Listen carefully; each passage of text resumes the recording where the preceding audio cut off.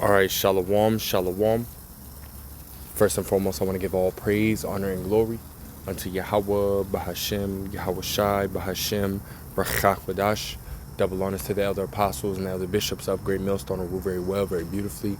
Double salutations to the Akim and her pushing this gospel in truth and in sincerity to the best of their ability given to them by Yahweh, Bahashem, YAHAWASHI. Peace, blessings, and salutations be unto the elect scattered abroad. May the election of Yahweh, Bahashem, YAHAWASHI, Lord willing, fall upon your houses. This is Brother Corner Watts from the Arizona Great Millstone Camp. Come back at you, Lord will, with the edifying lesson through the spirit and power of Yahweh, Bahashem, YAHAWASHI, Lord will. It is edifying, Lord will. It is straight to the point. And the title of this lesson is YAHAWASHI descended upon Egypt once. He will do it again. Right? YAHAWASHI descended upon Egypt once. He will do it again. Right? In the first time, right, YAHAWASHI, right, descended upon ancient Egypt, right, in the form of that last plague that was ultimately put upon Pharaoh, right, and those that dwelt in Egypt, right. See, the Lord ultimately made it to and hardened Pharaoh's heart not to release the Israelites, right, and because of Pharaoh's hardness, right, against YAHAWASHI, against Moses and the Israelites, wanting to keep them in captivity, the Lord brought upon Pharaoh in ancient Egypt 10 plagues, and I ultimately want to grab that right here in Exodus the 11th chapter, first verse. It says, and Yahweh said unto Moses, yet will I bring one plague more upon Pharaoh, right? And this is the last plague, right? That 10th plague. It says, and upon Egypt, afterwards he will let you go hence. When he shall let you go, he shall surely thrust you out hence altogether. Speak now in the ears of the people, and let every man borrow of his neighbor, and every woman of her neighbor, jewels of silver and jewels of gold. And Yahweh gave the people favor in the sight of the Egyptians. Moreover, the man Moses was very great in the land of Egypt, in the sight of Pharaoh's servants and in the sight of the people. Right now, when, as you go back, right, into, Exodus, the first and second chapter, right, Moses, right, ultimately, is a Hebrew Israelite, right? He's a tribe of Levi, but Pharaoh was going through killing all of, the babies in a sense, right, the males, and, his mom ultimately, sent him down the river, and he got picked up by Pharaoh's daughter, and was raised up in Pharaoh's home, right? So he was second to none except Pharaoh, right? As far as rulership and power within, ancient Egypt, and people knew Moses, but Moses ultimately choosing, right, as we read in Hebrews, the 11th chapter, you read about, Moses, him choosing, right, to ultimately suffer with his, his people, right, then, to choose, riches, right, of the world, so Moses was a great man, right, all the way around, right. Verse 4, it says, and Moses said, thus saith Yahweh, about midnight will I go out into the midst of Egypt, and all the firstborn in the land of Egypt shall die, from the firstborn of Pharaoh that sitteth upon his throne, even unto the firstborn of the maidservant that is behind the mill, and all the firstborn of beasts. And there shall be a great cry throughout all the land of Egypt, such as there was none like it, nor shall be like it anymore, right? So he's saying he's going to go through and kill all the firstborn, man, right? Verse 7, but against any of the children of Israel shall not a dog move his tongue against a man or beast, that ye may know how that Yahweh doth put a difference between the Egyptians and Israel, right? The Lord saying, hey, he ain't going to touch the Israelites, right? But he going to touch the Egyptians, right? And we're going to jump to Wisdom of Solomon, the 18th chapter, right, which ultimately going to give you, a more in-depth, right? A little bit more detailed description of how that, took place, right? This is Wisdom of Solomon, the 18th chapter. And we're going to jump down to verse 10, because the Lord, again, he didn't touch the Israelites, right? He showed them favor,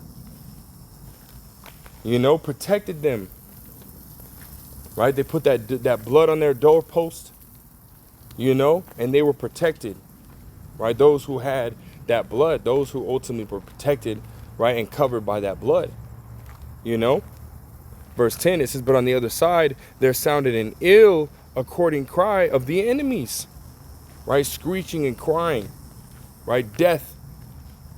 People waking up to their children being killed, right? And it wasn't just the firstborn children, right? Let's say a grown man, right? He has his sons, right? He has like 3 or 4 sons, right? His first son would die, but let him be an only child, or let him be the firstborn among his brethren. He's dying too, and let his dad be the firstborn among his children. He's dying too. So it wasn't just babies, right? It was all those who are the firstborn, men, women, children, even the animals, man. It says, and a lamentable noise was carried abroad for children that were bewailed. The master and the servant were punished after one manner, and like as the king, so suffered the common person. So this happened from everyone to Pharaoh all the way down, right? And there is a cartoon, older cartoon, man, when I was younger, right? It's called Moses, right? Which you can ultimately look at it, man. It's a good, movie to show your children. Obviously, you chew up the meat, spit out the bones, but it kind of gives you that depiction, right? It happened to Pharaoh. His son, right, ultimately died in that movie. Now again, it doesn't, ultimately tell you, how many children that Pharaoh died, Pharaoh had, but nonetheless, right, it's telling you from the king, right, Pharaoh, down to the common person, man, this death, right, was in their house, amongst everyone. It says, verse 12, so they all together had innumerable dead with one kind of death. Neither were the living sufficient to bury them. So there was more dead than there was alive, right? It says, neither were the living sufficient to bury them, for in one moment the noblest offspring of them was destroyed. In one moment. YAHAWASHI wreaked havoc and wrath, right, upon these Egyptians, man, for the Israelites. Right? See, these are accounts that we got to be reading about, man. These are accounts that will, allow us to be steadfast, unmovable in the times to come. Right? As we read in 1 Corinthians, the 15th chapter, right near the end of that verse, right? Verse 58. Right? That's how we are supposed to be in this thing, man. Right? And that, ultimately comes by us reading about, what does the scripture say? Faith comes by hearing, and hearing the word. Right, we read and we listen to the different videos and audio books and whatnot, the scriptures. We digest these things, man. We meditate on them, right? We apply these things. We live these things to the best of our ability, and see, that's what allows us, right, to build that foundation, right? That foundation, first and foremost, being YAHAWASHI, right? But having a proper understanding of the scriptures, right, which will allow us to again stand stiffly, right, in the times to come, right, leaning upon YAHAWASHI and their word, man. But continuing on, verse 13, it says, for whereas they would not believe anything by reason of the enchantments, upon the destruction of the firstborn, they acknowledged this people to be the sons of the Most High. So they were like, damn, by what was happening to them, they knew, damn, we fucked up. Right? We fucked up. We touched the apple of the Lord's eye. Right? We don't touch the chosen of the Lord. And we didn't want to let them go. We wanted to keep them in captivity. We wanted them to serve us forever. Right? Which is the same sentiment of these devils today, man. They want to be able to thrust us through, right, with this digital oil, making us perpetual slaves to them. That's what they want. But see, that's not the case, man. Right? And that's not the case of what happened with ancient Egypt, right? It says, Verse 14, it says, for while all things were in quiet silence, and that night was in the midst of her swift course, thine almighty word leaped down from heaven out of thy royal throne. Right? Which that's talking about YAHAWASHI. Right? It says as a fierce man of war. Right? So it's, you know, even though it says the word of the Most High, it says a man of war. Right? Into the midst of a land of destruction. Now I want to grab this. Right? Because it talks about YAHAWASHI was the word made flesh. You know, my phone got to bug the fuck out. Right? Right here, St. John chapter 1 verse 14, it says, and the word was made flesh and dwelt among us. Right? That's talking about, again, YAHAWASHI. Let's go to it. Right? Oh yeah.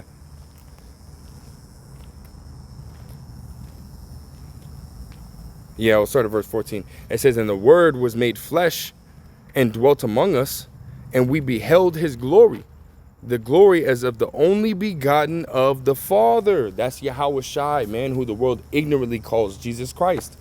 The only beloved begotten Son of the Heavenly Father, man. Hey, when John the Baptist, right, was baptizing YAHAWASHI, hey, the Heavenly Father spoke out and said, this is my Son in whom I am well pleased.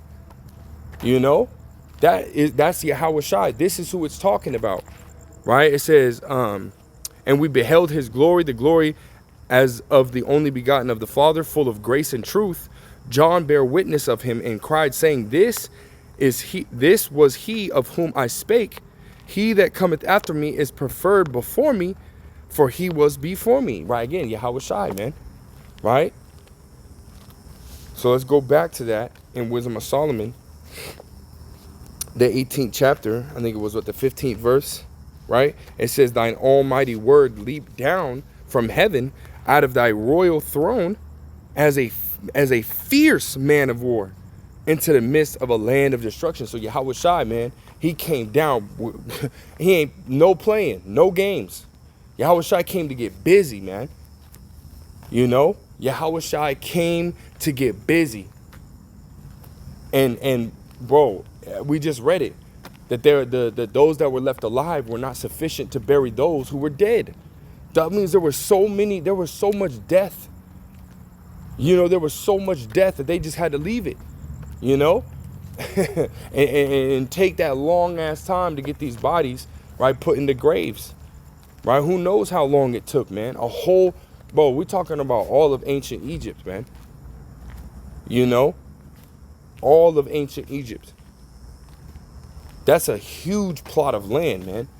You know, and I don't necessarily know the population or even a, you know, estimation of the population, right? But, you know, it was millions of Israelites, right, that was coming out of, you know, Egypt, ancient Egypt, right? So the Egyptians had to be, because, you know, Israel, you know, multiplied in numbers, right, and were greater than them, you know.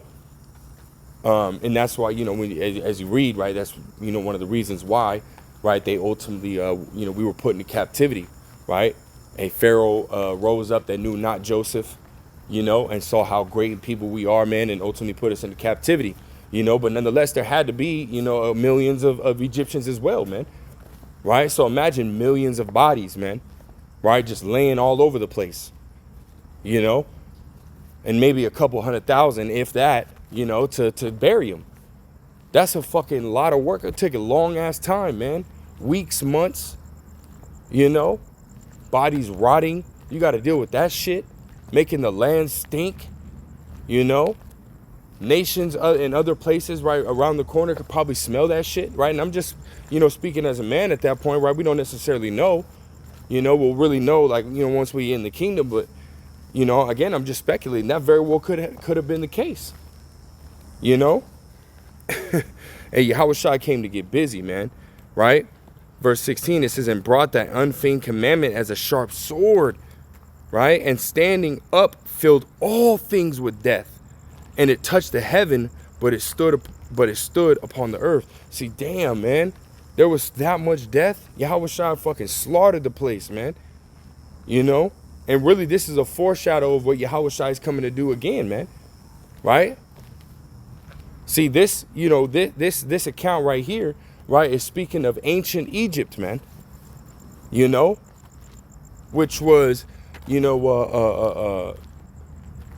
in the known world at that time, right, was really big, but in reality, we're really small compared to, America today, you know, and that hold, right, and that beast system, right, that philosophy, right, the image of the beast that is pushed across the whole world, right, because YAHAWASHI is coming to undo that, right, that wicked hold that has been placed on the whole earth, you know.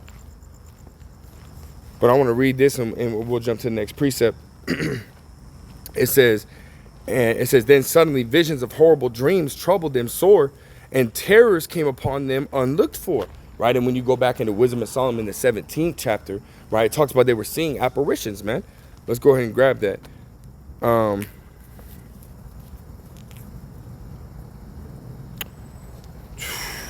Right, let's read at the top, right? Wisdom of Solomon, we got time. Wisdom of Solomon 17:1 is, for great are thy judgments and cannot be expressed. Therefore, unnurtured souls have erred, right? The Lord's power, right? He's from everlasting to everlasting, right? Scriptures say that his wisdom is infinite, right? So the ability of the Lord, YAHAWASHI, right, is unmatched. Scriptures talk about him also being omnipotent, right? Which is all powerful, having all power, right?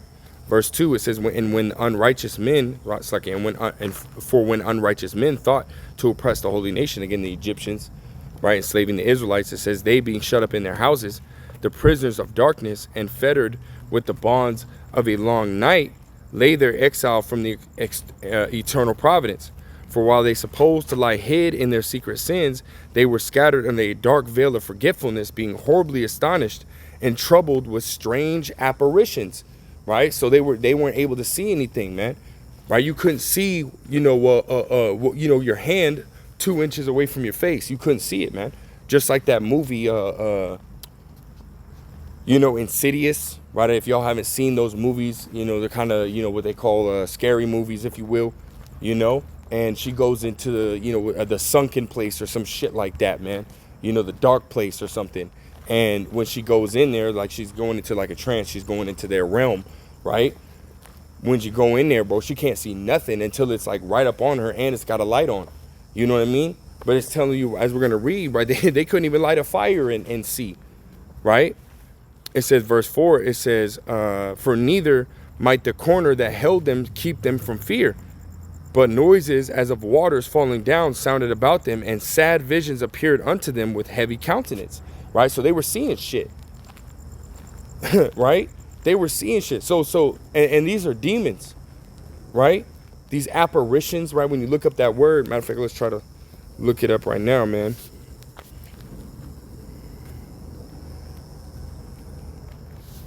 Apparition, it's a supernatural appearance or manifestation, right? Appearance. It says the meaning, ghost. Right? You're seeing spirits, man. And they could be looking crazy as shit. Right? Crazy as shit. Like we ain't never seen before. Like you see in these movies, man. There's a TV show, right, called Evil. Right? Starring a Jake and a look to be an Edomite woman. And Jake is supposed to be some priest and she's supposed to be this agnostic, news reporter or some shit like that, man. You know what I mean? And then you have a dude who's supposed to be able to, or he's supposed to be like some type of, which he looks like an Elamite, but he's supposed to be some type of like a ghost, a ghost, debunker, right? Ghosts ain't real, spirits ain't real, this and the third. And as they go through that movie, that TV show, they show you these different, entities, if you will, in the TV show, man. And how they look is fucking crazy, bro. Whoever's doing that artwork and makeup and whatnot, man, is that shit's crazy insane, But bet you they were seeing shit like that, if not way the fuck worse, man.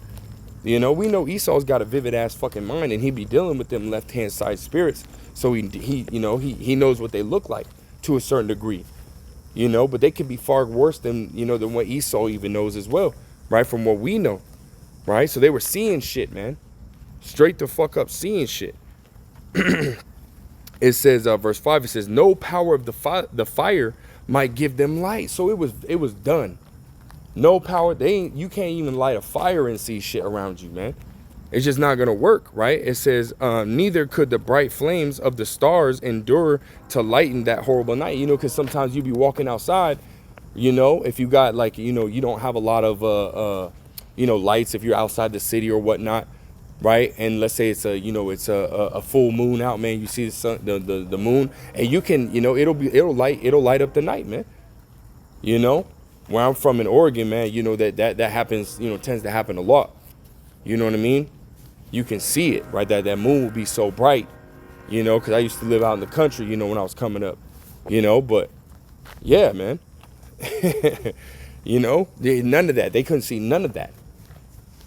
You know, it says, only there appeared unto them a fire kindled of itself, very dreadful. For being much terrified, they thought that thing which they saw to be worse than the sight that they saw not. It's like this, worse than the sight they saw not, right? So, hey, come on, man. What they were hearing and seeing and whatnot, right? They were seeing some crazy shit, man. But that's all I wanted to grab on that, man. You know, right? Again, you know, they were seeing apparitions. Let's go back to Wisdom of Solomon 18. You know, verse 18, it says, and one thrown here and another there, half dead, showed the cause of his death. For the dreams that troubled them did foreshow this, lest they should perish and not know why they were afflicted. That's right, man. Right? So they were going through that, man, because they fucked with the children of Israel. And by them going through that, they knew what they did. Right? They knew that they fucked up, man. But see, again, this happened in ancient Egypt, man. Right? And it's going to be on a far worse scale, right? In the times to come. You know? Let's jump to my next precept in 2nd Esdras, the 15th chapter. You know, because the Lord is going to do this again, right? For with Ecclesiastes 1 and 9, there's nothing new under the sun, right? 2nd Esdras 15 and verse 10, it says, behold, my people is led as a flock to the slaughter. I will not suffer them now to dwell in the land of Egypt, right? Because Jake is being killed constantly, man.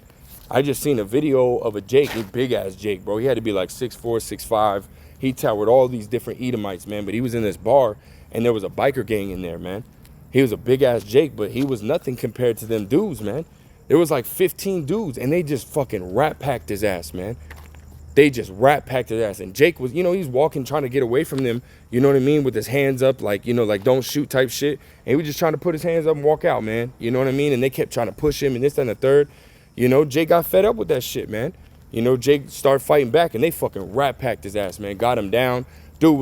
Jake was unconscious, and they were still kicking and punching him in his fucking head. You know? And this is on World Star, bro. You can look this shit up, man. This is what these fucking demons do to us, man. You know? We trying to be peaceful. We just trying to move around and do our thing. And these devils just want to fucking kill us, man, at every fucking moment, man. Showing you that hatred. Ezekiel 35 and 5, man. Perpetual fucking hatred. These devils got to fucking pay, man. Right? They've touched the apple of the Lord's eye again, as they did in ancient Egypt, man. These devils are fucking evil, man. They're constantly killing us. Right? That kid, Hinton or whatnot, right? The father that ultimately, killed that cop. He ran into him, killing him, right? His son, right? It was shown that he didn't even have that gun on him. You know what I mean? When the cops shot him, he was running away. He was running away. He didn't have no weapon on him. But see, these cops, man, they feel that they can just fucking sit here and goddamn say some shit like, oh, he had a gun. Okay, just because you found a gun, right, in a bush right around the corner, doesn't mean, one, he had it on him and it was justified for you to kill him. So Esau be killing us, man. You know? These young ass kids, they stupid as fuck out here, man. You know, he probably, saw the gun, had a gun on him. He fucking started to dip, right? Because you fucking Edomites, man, y'all be just fucking sitting there, goddamn frisking us and whatnot, patting us down illegally and shit according to your laws, So he's like, shit, I'm going to get caught. Ran off. throw it somewhere real close by, hid behind a dumpster, you fucking pop out on him, kill his ass, and then you walk 20, 40 feet away to go find a gun and say, oh, it was justified because there was a gun in the area. But say he had it on his persons, man. Fuck you damn devils, man. Lying ass niggas, man. Lord's gonna get your ass, man. And again, just as he did in ancient Egypt, right? YAHAWASHI is gonna do that again in modern day Egypt, right? Let's keep going in verse 11, right? It says, but I will bring them with a mighty hand and a stretched out arm and smite Egypt with plagues as before. So this is the Lord saying he's gonna do it again. He's gonna do it again, right? YAHAWASHI was part of that 10th plague, that final plague, because number 10 is a number of completion. Right? YAHAWASHI was that ultimate end to the fucking the ancient Egyptians, man. YAHAWASHI was that, he was the one to put the cherry on top, man. You know, and just like how it's going to be out here, right, in America, right? It says, as before, and will destroy all the land thereof. Egypt shall mourn, and the foundation of it shall be smitten with the plague and punishment that the Most High shall bring upon it. Right? And again, right, bros go into it, Zechariah 14 and 12. Right, that last plague is going into what? These ICBM nuclear missiles, right, being shot down here on America, you know? But when you go back into ancient Egypt, right, YAHAWASHI was part of that last plague, right? So YAHAWASHI is going to take part in this last plague as well, man. You know, adding to those nuclear missiles, you know? And I want to read, you know, Revelations, the 11th chapter, right, again, just ultimately, showing that America is, you know, spiritually Egypt today, right? It says, Revelations 11:8, it says, and their dead bodies shall lie in the street of that great city. And those dead bodies are talking about us, the Israelites, man, right? We didn't know who we are, you know? What does it say? Hosea 4 and 6, my people were destroyed for the lack of knowledge, right? Our heritage was taken away from us, you know? Jeremiah 17 and 4, right? We discontinued from our heritage, knowing exactly who we are, who our power is, right? Who, you know, the fact that we're above the rest of these nations, right? And because we lost our identity, we're trying to find it, and we're trying to find it in these other heathens. So we started acting like them and moving like them, you know, which ultimately, you know, got us further destroyed, right? We were being disobedient, right? The Lord gave us over into their, you know, their charge. But see, instead of trying to remember who we are, why we try to ultimately, again, find our identity in the heathens, further destroying us, man, because their ways are wicked, right? Their ways are you know, not according to the scriptures, not according to the Bible, because the scriptures weren't given to these heathen. They were given to us, right? This is our instruction manual. This is how we are supposed to, you know, live, right? Every situation that you can think of is in the scriptures, man. You know, everything, right? It says, and again, right, we were dead, right? We were dead here for a long time, man. You know, until, you know, what is it, 1970, Abba Bivens coming up on the scene, man. That's ultimately, you know, through the Spirit we believe that, right? Through faith, right? Elijah the prophet coming back, right, and returning us back to the Father, man. You know. It says, and there, which, you know, ultimately was done by, you know, be YAHAWASHI, the shedding of his blood. But, you know, the Lord ultimately sending, you know, Elijah back, right, to really wake us up in a sense, man, you know, which is better said, right? It says, and their dead bodies shall lie in the street of that great city, which spiritually is called Sodom and Egypt, where also our Lord was crucified, man, you know. This place is spiritually called Sodom in Egypt, right? Sodom because all the Moism that's being pushed here, right? And Sodom in Egypt, man, all that shit was going on, right? You read about Lot, right? When those two angels came, and you had even the kids, right, trying to know the angels, which means, you know, they trying to, you know, sleep with the angels, man. Kids, men, right?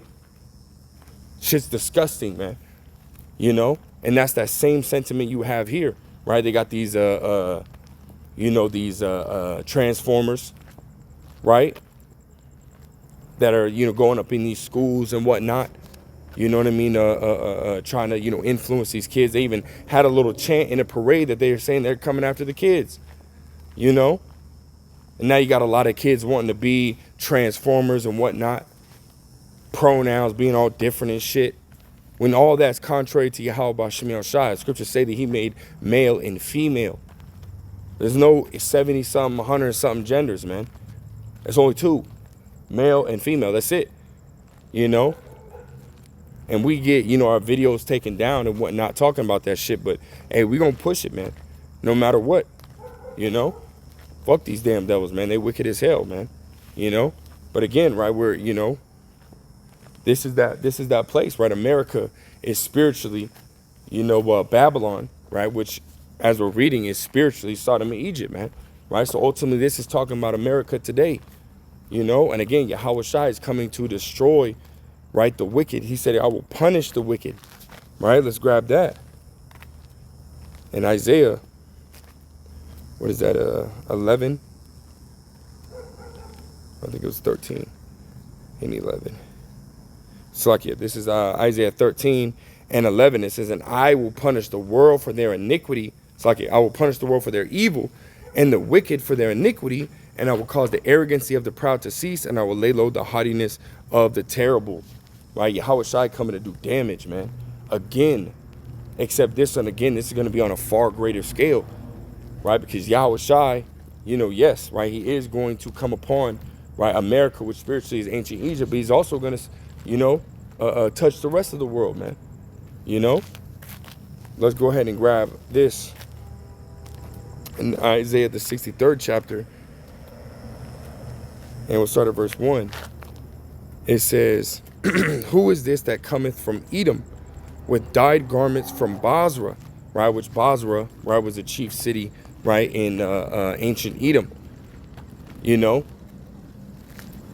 And today, right, this is talking about America, right? Because you got these two dudes, right? You know, Hakah and Hassad from Genesis talking about ancient Basra is where that lake of fire is going to be, right? Which the lake of fire is really going to be, you know, America, right? When those ICBM nuclear missiles hit, right? Because Revelations, the 15th chapter, it talks about they were standing on, you know, a sea of glass mingled with fire, right? They're going to be on chariot. The elect are going to be on chariots, right? Just outside the atmosphere, you know, of America, you know, watching America burn, right? That's what that's talking about, man. It's not going to be ancient, you know, Basra, right? It's going to be spiritual Basra, modern day Basra, which is America, you know, and brothers have done, elder apostles, elder bishops, elders Akim, you know, have done many videos, right, based on that, you know. But this is, again, this is talking about, you know, and then going in more depth on that, you know, but this is talking about America, right? It says that is glorious in his apparel, traveling in the greatness of his strength. I that speak in righteousness, mighty to save, right? So YAHAWASHI coming with the military, right? An army, right? Isaiah, Revelations, the 19th chapter, you can start at the 10th, 11th verse, right? He's coming on a white horse, right? Second Esdras, the 13th chapter tells you that he's coming on he graved himself a mountain and flew upon it, right? Ezra saw that vision, right? Which is talking about the massive chariot that YAHAWASHI is going to be flying in, right? So big that it's ultimately, you know, going to encompass, right, the whole earth. And they just saw, right, Dabu 7, the elder apostle Tahar, right, ultimately just did a video on Dabu 7, right, and him mentioning that there was a chariot that passed by the sun, right, looked to be, you know, as big or half the size of the sun, you know, and it was like pulsating these you know, magnetic pulses or whatnot, he was saying, or some shit like that, you know, flare pulses, you know. There's a big ass fucking chariot, man. Big ass fucking chariot, you know, and it could be a lot closer than they even think, you know. But that's what YAHAWASHI is coming in with, that army, right? The different angels, right? Left and right-handed angels that are going to be coming with YAHAWASHI, man, ready to wage war, right? Because again, as we read in you know,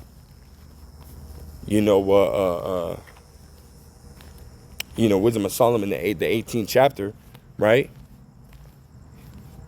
You know, he was ultimately, you know, there to make war, right? Leaping off that throne as a fierce, mighty man, right? A man of war, a fierce man of war, right? Roughly paraphrasing, right? We just read it, right? Verse 2, it says, wherefore art thou red in thine apparel, and thy garment like him that treadeth in the wine fat? Right? I have trod in the winepress alone, right? See, Yahawashai, right? They'll say, why is your garment all red, man? What's up with that, man? Like you were just stepping on a whole bunch of grapes, right? And again, it's going into the death that Yahawashai is ultimately going to be bringing, man. Because he's not coming. Scripture saying, Isaiah the 47th chapter, he said, I will not meet thee as a man, right? So he's not coming in that fleshly, like, you know, with horses and spears and swords and shit like that, man. He's not coming on that, man. He's coming on in these chariots, right, with spiritual power. Yahawashi gonna have spiritual power himself, you know, and he's gonna lay down the wicked, man, in their armies, right, starting with their armies, right, pursuing to Isaiah the 34th chapter, you know, and then he's gonna work his way over to where? To Egypt, modern day Egypt, which is America, and he's gonna destroy the fuck out this place, man. He's gonna bring that death, right, that's gonna reach unto the heavens again, man, you know, just as you know, her sins have reached unto heaven. Hey, that death is going to reach unto heaven as well, like it did in ancient Egypt, right? It says, I have trodden the winepress alone, and of the people there was none with me.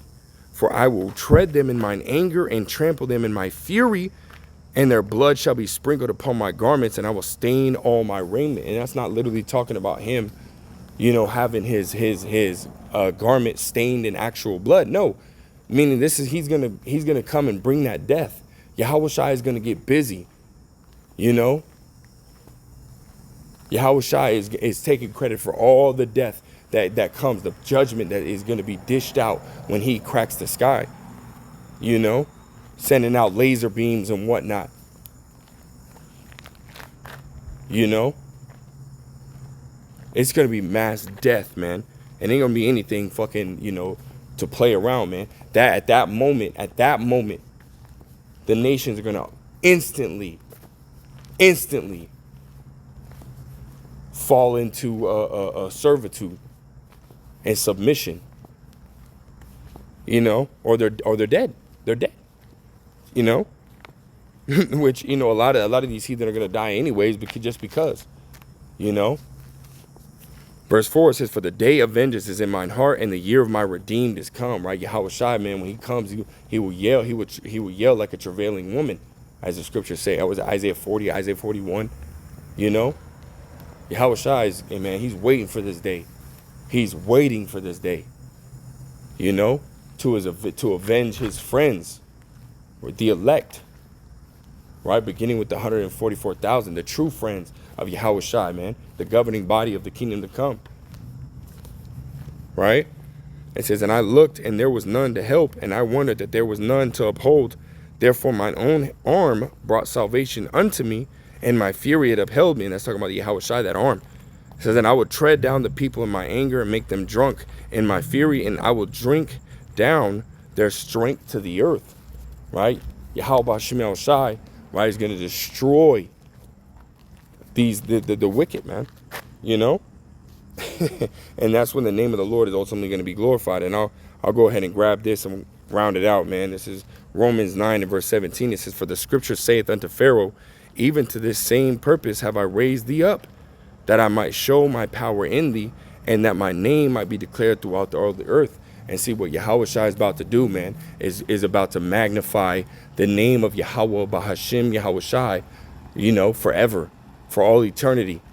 That's how great of a destruction it's going to be, right? The scriptures talk about that it shall no more be said, right, that the Lord delivered them, right, that cometh out of Egypt, right, but that it shall be said he will deliver them that come up out of the north, which is talking about America, roughly paraphrasing, man, you know,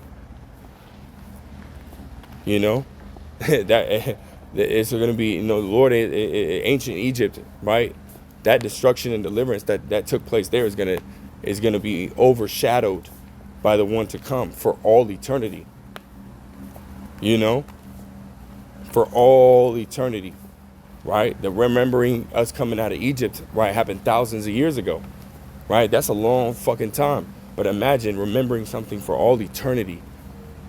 That's how heavy that impact is finna be, right? It says, and that my name might be declared throughout all the earth, man. Everyone gonna know Yahawah Shai Shai, man, and the might of Yahawah Shai, you know, and we're gonna be the ones, right, to ultimately keep them in remembrance, man. Having charge over these heathens, man, you know. But that's all I got, man. Lord will, you know, was edifying lesson. Lord will, to straight to the point. I want to give all praise, honor, and glory to Yahweh, Bahashim, Yahawashai, Bahashim, Rachakwadash. Double honors to the elder apostles, the elder bishops, the great millstone. Till next time, I say shalom.